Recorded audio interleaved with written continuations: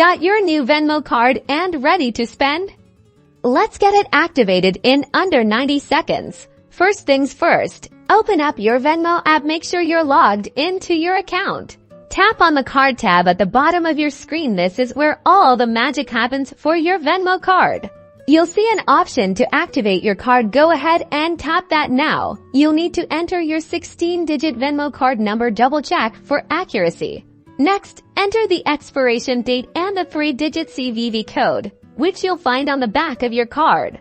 Once all that information is in, tap the Continue or Activate button to proceed. Now it's time to set your PIN. This is crucial for purchases, so choose a PIN you'll remember but that's secure. After you confirm your PIN, you should see a confirmation message letting you know your Venmo card is officially activated and ready to go. You can now link your activated Venmo card to your account and start making seamless, contactless payments wherever you see the Venmo or Visa symbol. That's it. Your Venmo card is active. Happy spending!